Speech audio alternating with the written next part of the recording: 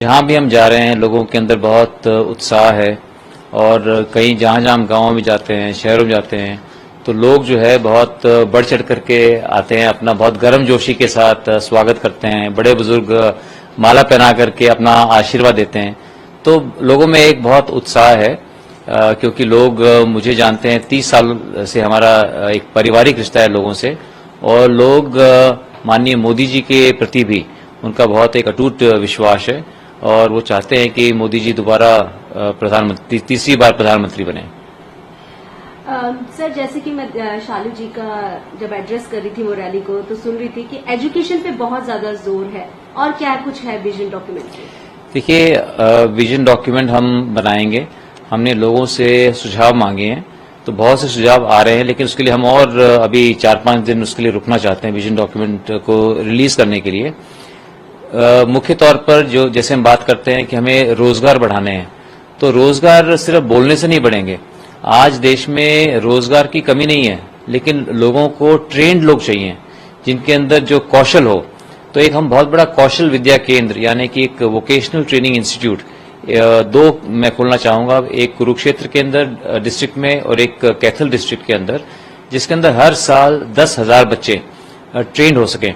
और ये जो है, मैं भारत का, देश का सबसे अच्छा स्किल ट्रेनिंग इंस्टीट्यूट बनाना चाहता हूं, जहां पर कंपनीज लाइन लगा करके और यहां से बच्चों को लेना चाहे।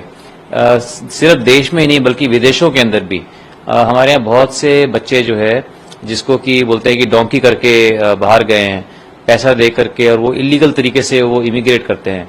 तो उनको भी अगर हमारा जो इंस्टीट्यूट होगा, वोकेशनल ट्रेनिंग इंस्टीट्यूट, अगर उसके टाइप्स होंगे ऑस्ट्रेलिया के अंदर, कनाडा में, यूएसए में, जर्मनी में, जापान में और अदर यूरोपियन कंट्रीज में, तो उनके हिसाब से हम ट्रेनिंग देकर और फिर जो है यहाँ से हम बच्चों को, अपने युवाओं को हम भेज सकते हैं।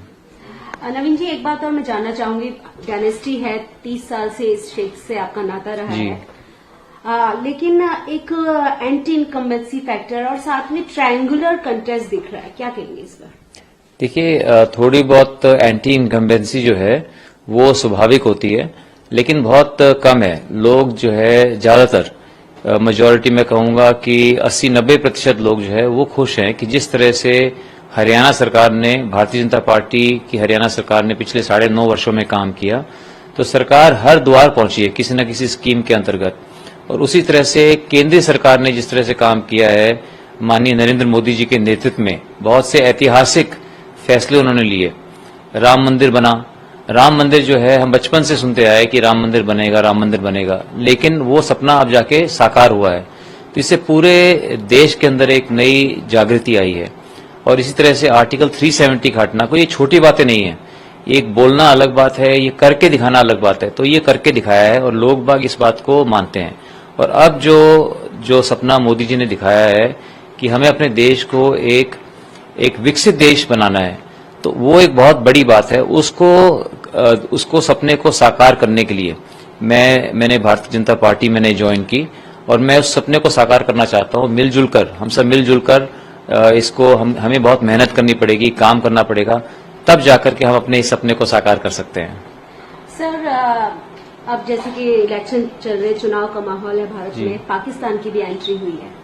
पाकिस्तान की भी एंट्री हुई है। वहां के कुछ नेताओं का, फॉर्मर मिनिस्टर है फवाद चौधरी, उन्होंने एक बयान दिया है, और राहुल ने एक वीडियो डाली थी जिसमें गरीबी को लेकर बात थी, और भी कई सारी चीजें थी, अनएम्प्लॉयमेंट था। उसको उन्होंने रीट्वीट किया है और कहा है कि राहुल ऑन फायर, यानी कि इसकी तारीफ करी है, और साथ में ये भी कहा है कि बीजेपी नहीं आनी चाहिए, सपोर्ट किया कांग्रेस को। क्या कहेंगे?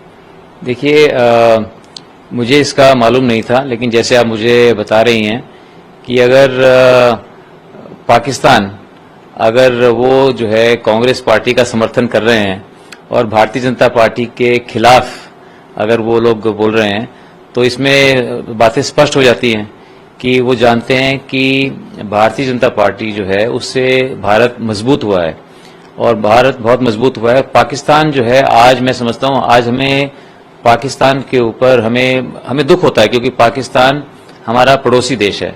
हम चाहते हैं कि पाकिस्तान भी संपन्न हो, पाकिस्तान भी खुशहाल हो।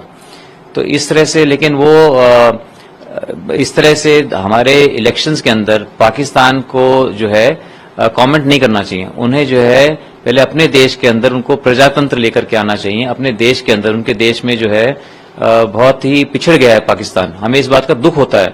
तो उन्हें अपने देश के अंदर देखना चाहिए कि क्या हालात है और अपने देश में वो हालात कैसे सुधार सकते हैं।